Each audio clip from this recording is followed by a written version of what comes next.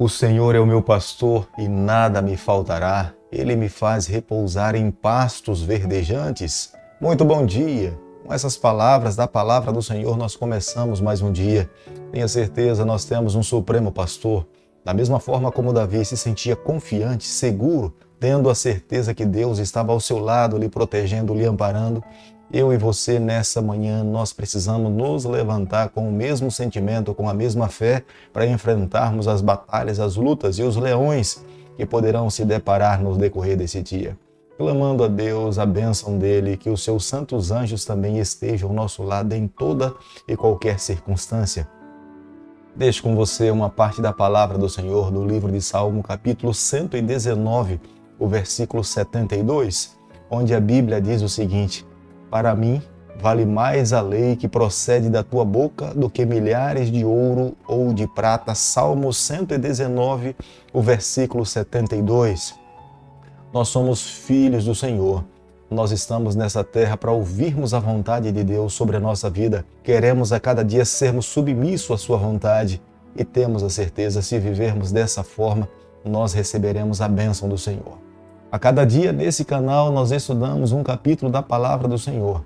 E nessa manhã eu quero convidar você a ter nas mãos a palavra de Deus no livro de Esdras, capítulo 8, o versículo 1. São estes os cabeças de famílias com as suas genealogias, os que subiram comigo da Babilônia no reinado do rei Artaxerxes.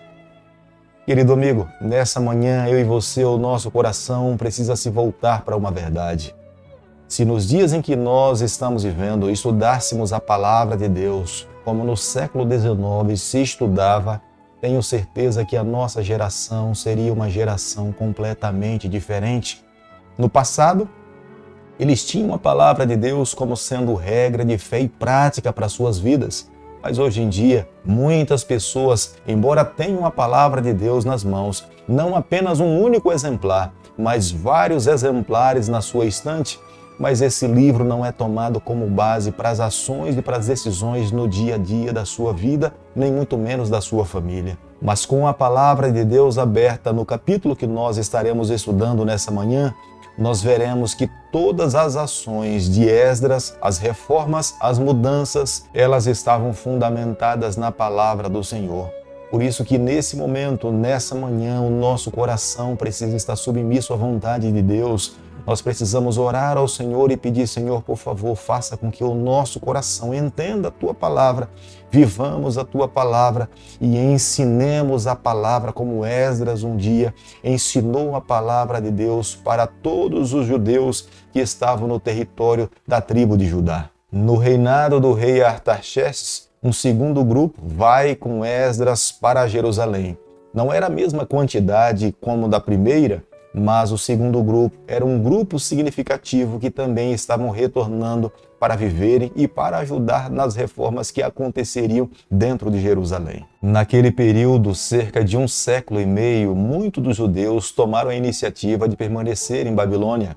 Eles tinham enriquecido, eles tinham formado laços de amizade com muitas pessoas que eram de Babilônia, e eles não estavam dispostos a renunciar tudo aquilo que eles tinham construído para poder voltar para Jerusalém. As escavações que aconteceram em Nippur demonstrou que muitos judeus tinham enriquecido, eles tinham muitas fortunas, e por causa de todos os bens que eles tinham construído em Babilônia, nem todos quiseram voltar para Jerusalém. Não deve ter sido nada fácil para Esdras convencer todo aquele grupo de pessoas, cerca de 2.000 famílias, a retornarem para Jerusalém, porque em Jerusalém eles não teriam o mesmo conforto. Eles não teriam toda a pompa que eles tinham em Babilônia, nem toda a riqueza eles poderiam usar em Jerusalém, mas Esdras usou toda a sua influência para convencer esse grupo de pessoas a retornar com ele, reconstruir o templo, fazer as reformas espirituais e reconstruir a cidade de Jerusalém. Como nós podemos ver no versículo 15 do capítulo que nós estamos estudando nessa manhã,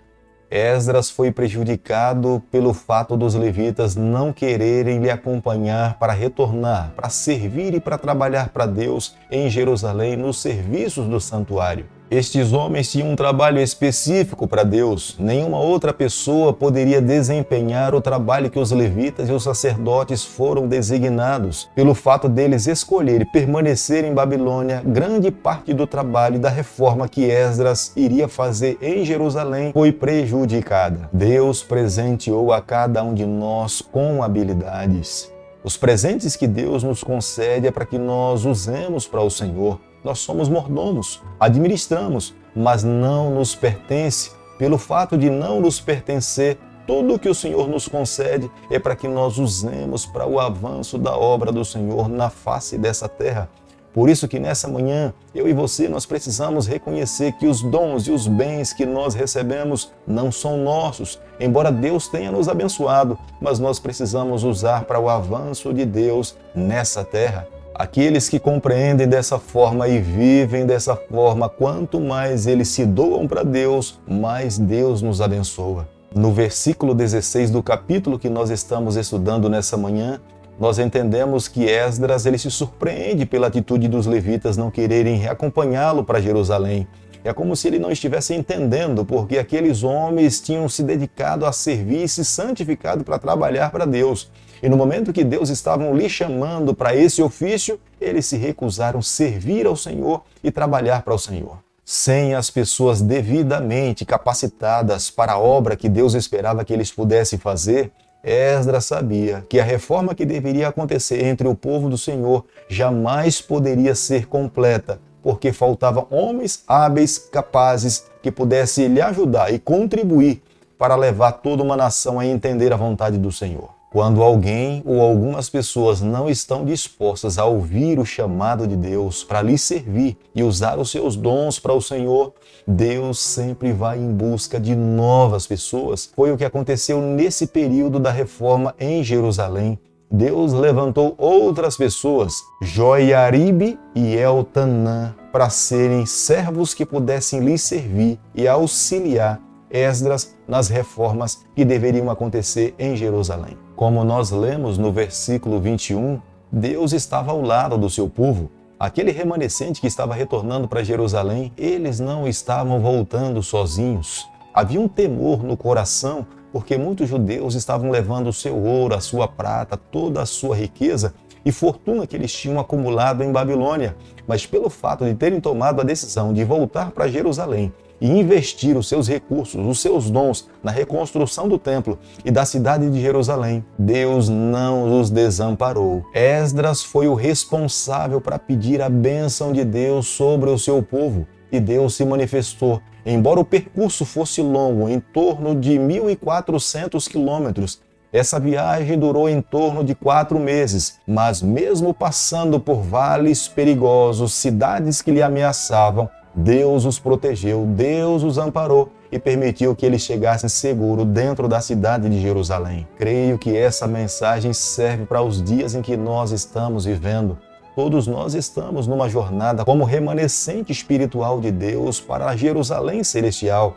Temos momentos difíceis, temos momentos de desânimos, temos momentos que somos atacados pelo nosso adversário, mas nós não podemos perder a fé, que o nosso comandante está ao nosso lado. Os anjos do Senhor estão na nossa companhia. Se mantermos a fé e os olhos no Onipotente, nós também iremos alcançar a vitória. No versículo 22 do capítulo que nós estamos estudando, a Bíblia aqui está falando de um tipo de vergonha. A vergonha que Esdras sentiu na sua trajetória foi sentir vergonha de pedir ajuda do exército de Babilônia para que pudesse lhe proteger no percurso para Jerusalém. Se eles já tinham pedido a bênção e a proteção de Deus, agora não seria necessário pedir a proteção de homens, de um exército. Se eles tinham a certeza que Deus estava ao seu lado, eles agora deveriam marchar confiantes de que a mão do Eterno estaria ao lado deles em toda e qualquer circunstância. E Deus honrou com a fé dos seus filhos. Eles conseguiram chegar seguros em Jerusalém. Esdras sabia dos perigos na viagem. Esdras sabia que os samaritanos poderiam a qualquer momento interceptar essa viagem. Mas Esdras reconhece a mão do Eterno. É nesse momento que ele convoca todos aqueles que estavam voltando com ele para ter momentos de jejuns e momentos de oração. Quando nós oramos, nós estamos dizendo para Deus que cremos no poder dele.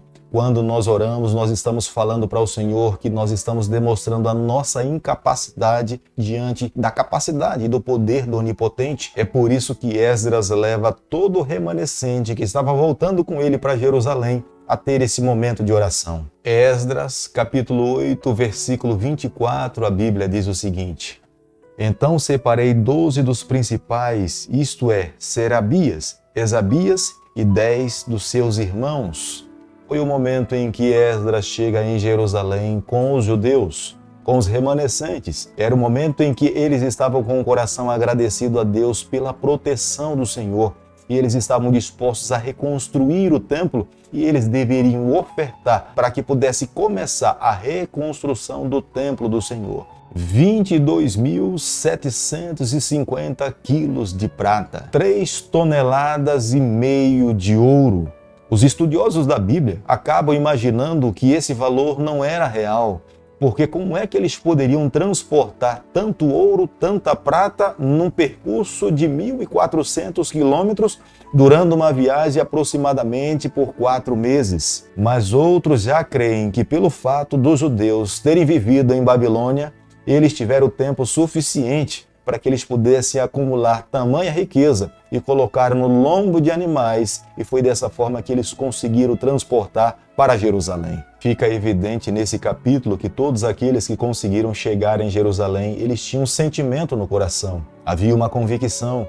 Tudo o que eles conquistaram foi resultado da poderosa mão de Deus.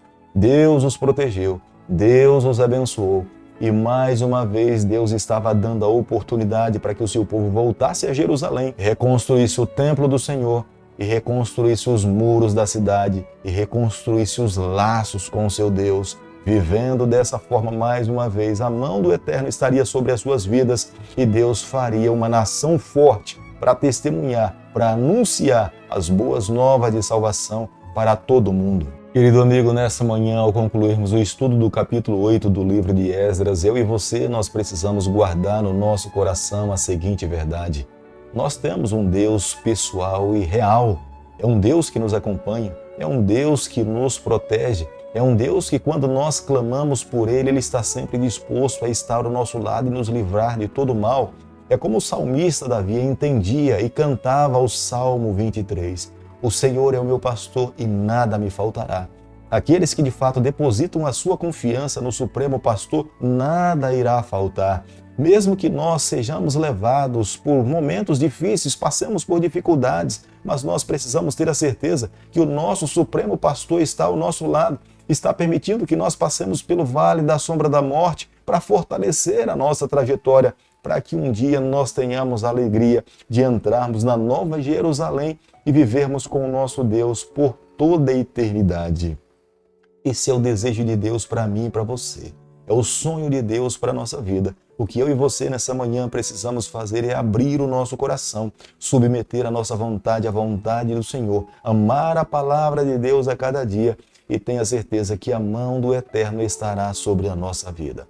Querido Pai, nas suas mãos nessa manhã nós nos colocamos, confessamos as nossas falhas, queremos servir ao Senhor em toda a nossa vida. É o nosso pedido, é a nossa oração e nós fazemos em nome de Jesus. Que o Senhor te abençoe e te guarde, que Ele faça resplandecer o seu rosto sobre você, que Ele tenha misericórdia de você, que sobre você nessa manhã Ele levante o seu rosto e conceda a sua paz em nome de Jesus. Amém.